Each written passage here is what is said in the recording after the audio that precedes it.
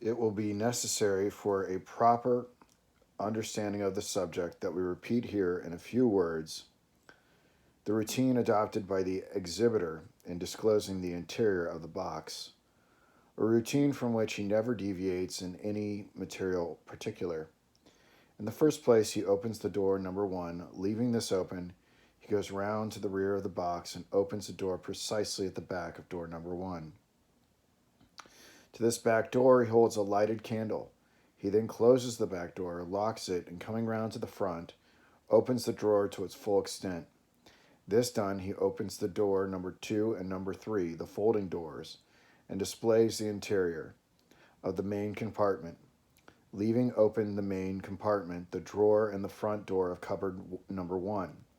He now goes to the rear again and throws open the back door of the main compartment. In shutting out the box, no particular order is observed, except the folding doors are always closed before the drawer. Now let us suppose that when the machine is first rolled into the presence of the spectators, a man is already within it. His body is situated behind the dense machinery in cupboard number one, the rear portion of which machinery is so contrived as to slip in mass from the main compartment to the cupboard number one as occasion may require, and his legs lie at full length in the main compartment. When Maelzel opens the door number one, the main within is not in any danger of discovery, for the keenest eye cannot penetrate more than about 2 inches into the darkness within. But the case is otherwise when the back door of the cupboard number one is opened. A bright light then pervades the cupboard, and the body of the man would be discovered if it were there, but it is not. The putting the key in the lock of the back door was a signal on hearing which the person concealed brought his body forward to an angle as acute as possible, throwing it altogether or nearly so into the main compartment. This, however, is a painful position and cannot be long maintained. Accordingly, we find that Maelzel closes the back door. This being done, there is no reason why the body of the man may not resume its former situation. For the cupboard is again so dark as to defy scrutiny. The drawer is now opened, and the legs of the person within drop down behind it in the space it formerly occupied. There is consequently now no longer any part of the man in the main compartment, his body being behind the machinery in cupboard number one, and his legs in the space occupied by the drawer. The exhibitor, therefore, finds himself at liberty to display the main compartment. This he does, opening both its back and front doors, and no person is discovered. The spectators are now satisfied that the whole of the box is exposed to view, and exposed to all portions of it at one and the same time. But of course this is not the case. They neither see the space behind the drawer, nor the interior of cupboard number one, the front door of which latter the exhibitor virtually shuts in shutting its back door. Maelzel, having now rolled the machine around, lifted up the drapery of the Turk, opened the doors in his back and thigh, and shown his trunk to be full of machinery, brings the whole back into its original position and closes the doors. The man within is now at liberty to move about. He gets up into the body of the Turk, just so high as to bring his eyes above the level of the chessboard. It is very probable that he seats himself upon the little square block or protuberance which is seen in a corner of the main compartment when the doors are open. In this position he sees the chessboard through the bosom of the Turk, which is of gauze. Bringing his right arm across his breast, he actuates the little machinery necessary to guide the left arm and the fingers of the figure. This machinery is situated just beneath the left shoulder of the Turk and is consequently easily reached by the right hand of the man concealed. If we suppose his right arm brought across the breast, the motions of the head and eyes and of the right arm of the figure, as well as the sound échec, are produced by other mechanism in the interior and actuated at will by the man within. The whole of this mechanism, that is to say, all the mechanism essential to the machine, is more probably contained within the little cupboard of about 6 inches in breadth, partitioned off at the right, the spectator's right, of the main compartment. In this analysis of the operations of the automaton, we have purposely avoided any allusion to the manner in which the partitions are shifted, and it will now be readily comprehended that the point is a matter of no importance, since by mechanism within the ability of any common carpenter it might be effected in an infinity of different ways. And since we have shown that however performed, it is performed out of the view of the spectators, our result is founded upon the following observations taken during frequent visits to the exhibition of Maelzel.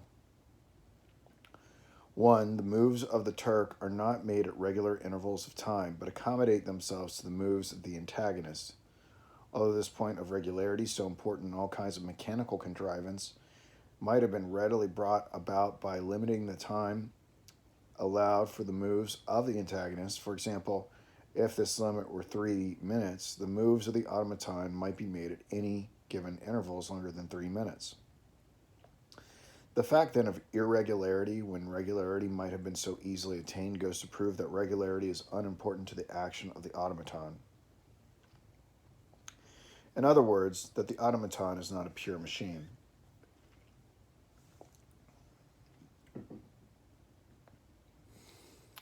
Two, when the automaton is about to move a piece, a distinct motion is observable just beneath the left shoulder, and which motion agitates in a slight degree the drapery covering the front of the left shoulder.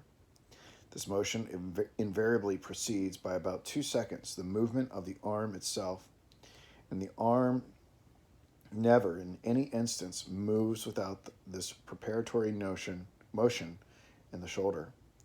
Now let the antagonist move a piece, and let the corresponding move be made by Maelzel, as usual, upon the board of the automaton.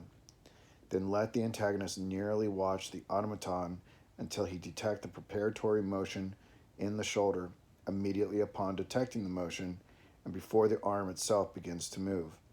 Let him withdraw his piece, as if perceiving an error in his maneuver. It will then be seen that the movement of the arm, which in all other cases immediately succeeds the motion in the shoulder, is withheld, is not made, although Maelzel has not yet performed on the board of the automaton any move corresponding to the withdrawal of the antagonist. In this case, that the automaton was about to move is evident, and that he did not move was an effect plainly produced by the withdrawal of the antagonist, without any intervention of Maelzel. This fact fully proves, 1, that the intervention of Maelzel in performing the moves of the antagonist on the board of the automaton is not essential to the movements of the automaton. 2, that its movements are regulated by some person who sees the board of the antagonist. 3, that its movements are not regulated by the mind of Maelzel, whose back was turned towards the antagonist at the withdrawal of his move. 3. The automaton does not invariably win the game. Were the machine a pure machine, this would not be the case. It would always win. The principle being discovered by which a machine can be made to play a game of chess, an extension of the same principle, would enable it to win a game. A farther extension would enable it to win all games, that is, to beat any possible game of an antagonist. A little consideration will convince anyone that the difficulty of making a machine beat all games is not in the least degree greater as regards the principle of the operations necessary than that of making it beat a single game. If when we read the chess player as a machine, we must suppose what is highly improbable, that its inventor preferred leaving it incomplete to perfecting it, a supposition rendered still more absurd when we reflect that the leaving it incomplete would afford an argument against the possibility of its being a pure machine, the very argument we now adduce. 4. When the situation of the game is difficult or complex, we never perceive the Turk either shake his head or roll his eyes.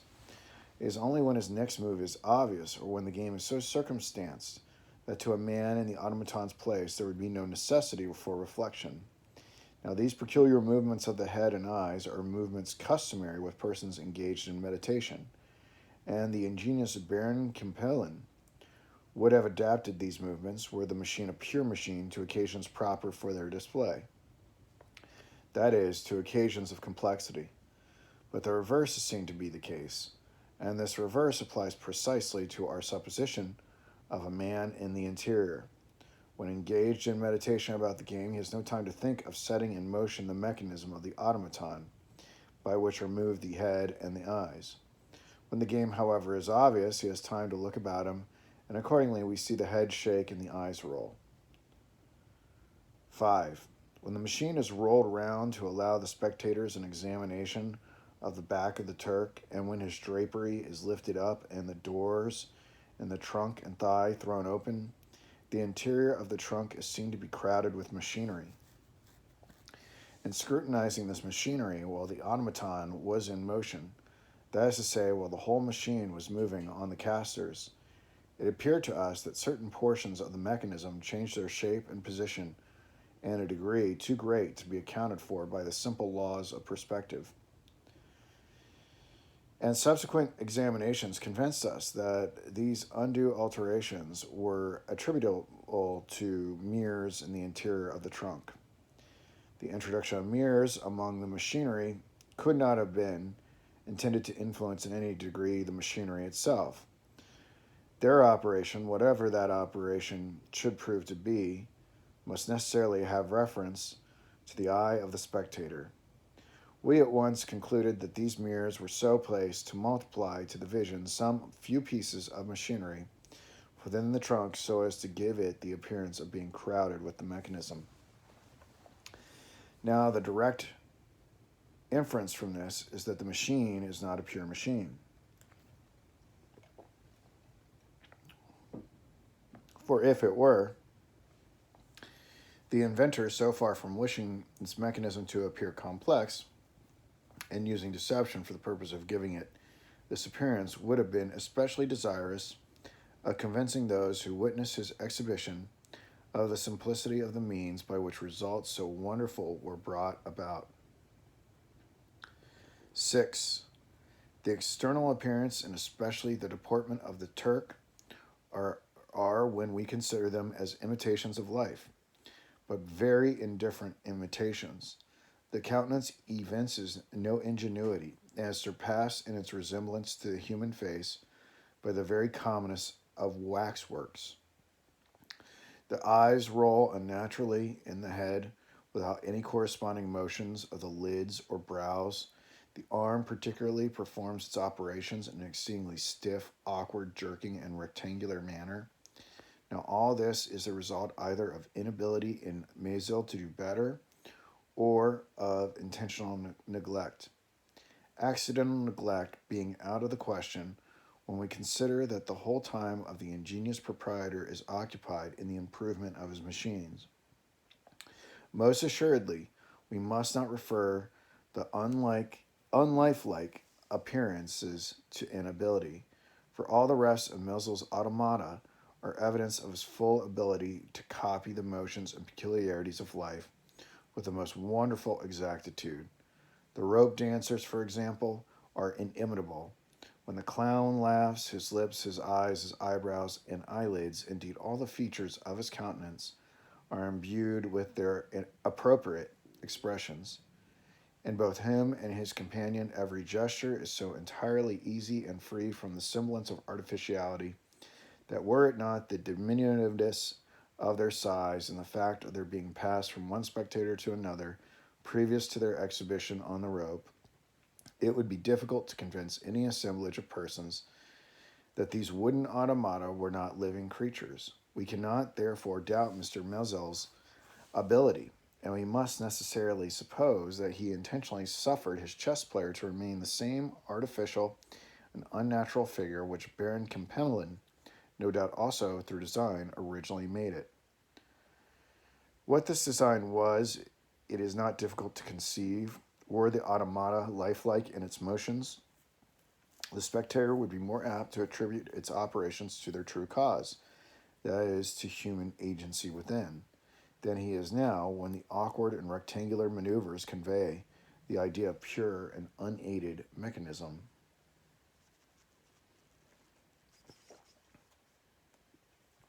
7.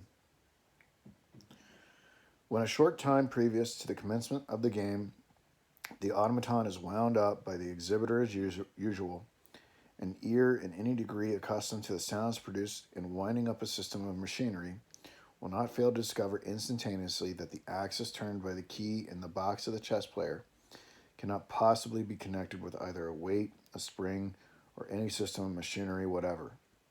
The inference here is the same as in our last observation. The winding up is inessential to the operations of the automaton as performed with the design of exciting in the spectators the false idea of mechanism. 8. When the question is demanded explicitly of Maelzel, is the automaton a pure machine or not? His reply is invariably the same. I will say nothing about it. Now the notoriety of the automaton and the great curiosity it has everywhere excited are owing more especially to the prevalent opinion that it is a pure machine than to any other circumstance. Of course, then it is the interest of the proprietor to represent it as a pure machine.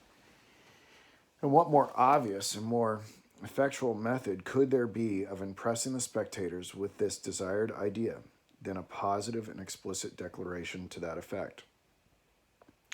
On the other hand, what more obvious and effectual method could there be of exciting a disbelief in the automaton's being a pure machine than by withholding such explicit declaration? For people will naturally reason thus, it is Maelzel's interest to represent this thing a pure machine. He refuses to do so directly in words, although he does not scruple, and is evidently anxious to do so indirectly by actions. Were it actually what he wishes to represent it by actions, he would gladly avail himself of the more direct testimony of words. The inference is that a consciousness of its not being a pure machine is the reason of his silence. His actions cannot implicate him in a falsehood, his words may. 9. When in exhibiting the interior of the box, Maelzel has thrown open the doors number 1 and also the door immediately behind it. He holds a lighted candle at the back door, as mentioned above, and moves the entire machine to and fro with a view of convincing the company that the cupboard number 1 is entirely filled with machinery. When the machine is thus moved about, it will be apparent to any careful observer that whereas that portion of the machinery near the front door number 1 is perfectly steady and unwavering, the portion farther within fluctuates, in a very slight degree, with the movements of the machine. The circumstance first aroused in us the suspicion that the more remote portion of the machinery was so arranged as to be easily slipped in mass from its position when occasion should require it. This occasion we have already stated to occur when the man concealed within brings his body into an erect position upon the closing of the back door. 10. Sir David Brewster states the figure of the Turk to be of the size of life, but in fact it is far above the ordinary size. Nothing is more easy than to err in our notions of magnitude. The body of the automaton is generally insulated, and having no means of immediately comparing it with any other human form, we suffer ourselves to consider it as of ordinary dimensions. This mistake may, however, be corrected by observing the chess player when, as is sometimes the case, the exhibitor approaches it. Mr. Maelzel, to be sure, is not very tall, but upon drawing near the machine, his head will be found at least 18 inches below the head of the Turk, although the latter, it will be remembered, is in a sitting position. 11. The box behind which the automaton is placed is precisely 3 feet 6 inches long, 2 feet 4 inches deep, and 2 feet 6 inches high. These dimensions are fully sufficient for the accommodation of a man very much above the common size, and the main compartment alone is capable of holding any ordinary man in the position we have mentioned as assumed by the person concealed, as these are facts which anyone who doubts them may prove by actual calculation. We deem it unnecessary to dwell upon them. We will only suggest that although the top of the box is apparently a board of about 3 inches in thickness, a spectator may satisfy himself by stooping and looking up at it when the main compartment is open, that it is in reality very thin. The height of the drawer also will be misconceived by those who examine it in a cursory manner. There is a space of about 3 inches between the top of the drawer as seen from the exterior and the bottom of the cupboard, a space which must be included in the height of the drawer. These contrivances to make the room within the box appear less than it actually is are referable to a design on the part of the inventor to impress the company again with a false idea, viz. That no human being can be accommodated within the box. 12. The interior of the main compartment is lined through with cloth. This cloth we suppose to have a twofold object. A portion of it may form, when tightly stretched, the only partitions which there is in any necessity for removing during the changes of the man's position, viz. The partition between the rear of the main compartment and the rear of the cupboard number 1, and the partition between the main compartment and the space behind the drawer when open. If we imagine this to be the case, the difficulty of shifting the partitions vanishes at once. If indeed any such difficulty could be supposed under any circumstances to exist, the second object of the cloth is to deaden and render indistinct all sounds occasioned by the movements of the persons within. 13. The antagonist, as we have before observed, is not suffered to play at the board of the automaton, but is seated at some distance from the machine. The reason which most probably would be assigned for this circumstance, if the question were demanded, is that were the antagonist otherwise situated, his person would intervene between the machine and the spectators, and preclude the latter from a distinct view. But this difficulty might be easily obviated either by elevating the seats of the company or by turning the end of the box towards them during the game. The true cause of the restriction is perhaps very different. Were the antagonist seated in contact with the box, the secret would be liable to discovery, by his detecting with the aid of a quick car the breathings of the man concealed. 14. Although Maelzel is in disclosing the interior of the machine sometimes slightly deviates from the routine which we have pointed out, yet never in any instances does he so deviate from it as to interfere with our solution. For example, he has been known to open first of all the drawer, but he never opens the main compartment without first closing the back door of cupboard number 1. He never opens the main compartment without first pulling out the drawer. He never shuts the drawer without first shutting the main compartment. He never opens the back door of cupboard number 1 while the main compartment is open, and the game of chess is never commenced until the whole machine is closed. Now, if it were observed that never in column 2 any single instance did Maelzel differ from the routine we have pointed out as necessary to our solution, it would be one of the strongest possible arguments in corroboration of it. But the argument becomes infinitely strengthened if we duly consider the circumstance that he does occasionally deviate from the routine, but never does so deviate as to falsify the solution.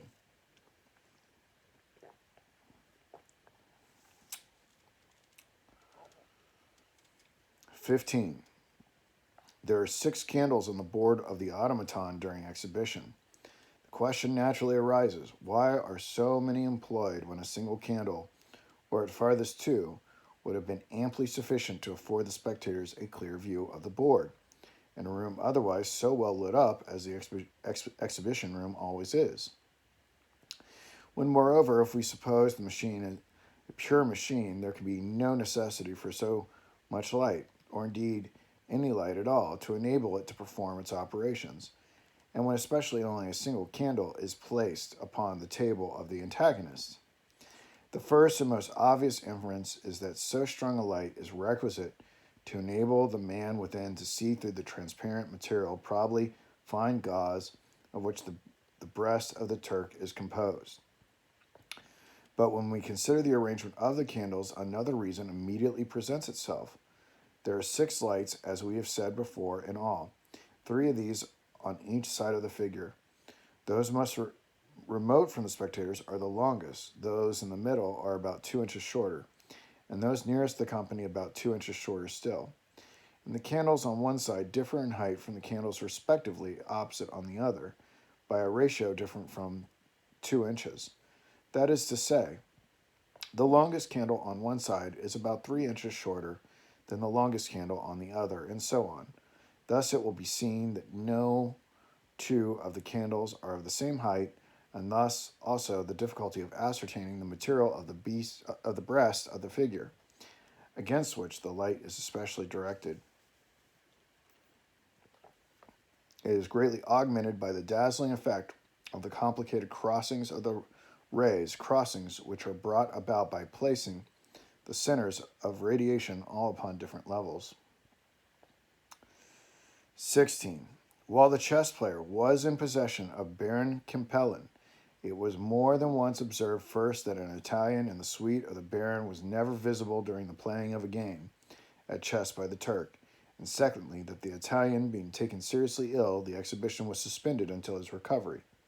This Italian professed a total ignorance of the game of chess, although all others of the suite played very well. Similar observations have been made since the Automaton has been purchased by Maelzel.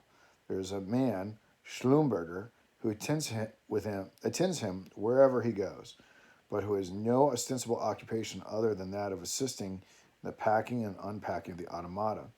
This man is about the medium size and has a remarkable stoop in the shoulders. Whether he professes to play chess or not, we are not informed. It is quite certain, however, that he is never to be seen during the exhibition of the chess player, although frequently visible just before and just after the exhibition. Moreover, some years ago, Maelzel visited Richmond with his automata, and exhibited them, we believe, in the house now occupied by M. Bossu, as a dancing academy. Schlumberger was suddenly taken ill, and during his illness there was no exhibition of the chess player. These facts are well known to many of our citizens. The reason assigned for the suspension of the chess player's performances was not the illness of Schlumberger. The inferences from all this we leave without farther comment to the reader.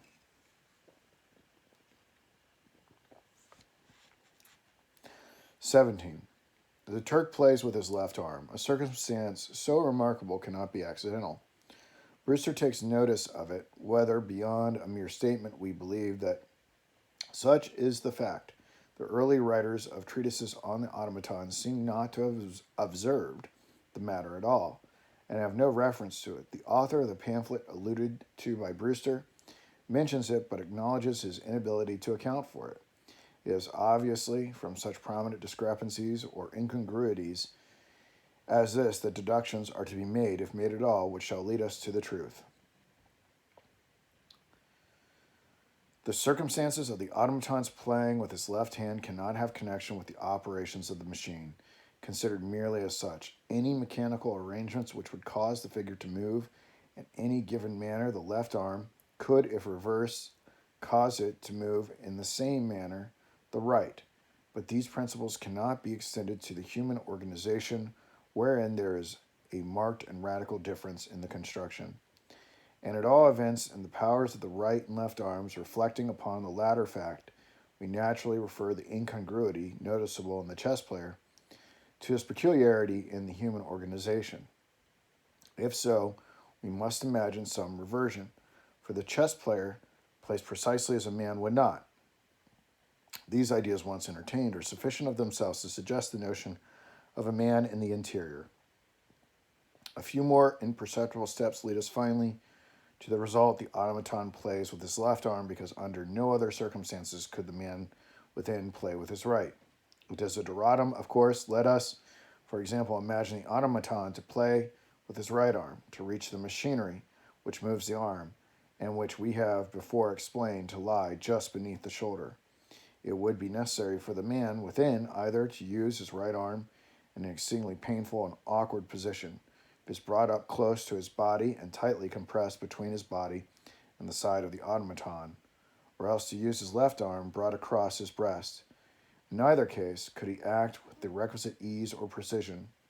On the contrary, the automaton playing, as it actually does, with the left arm, all difficulties vanish.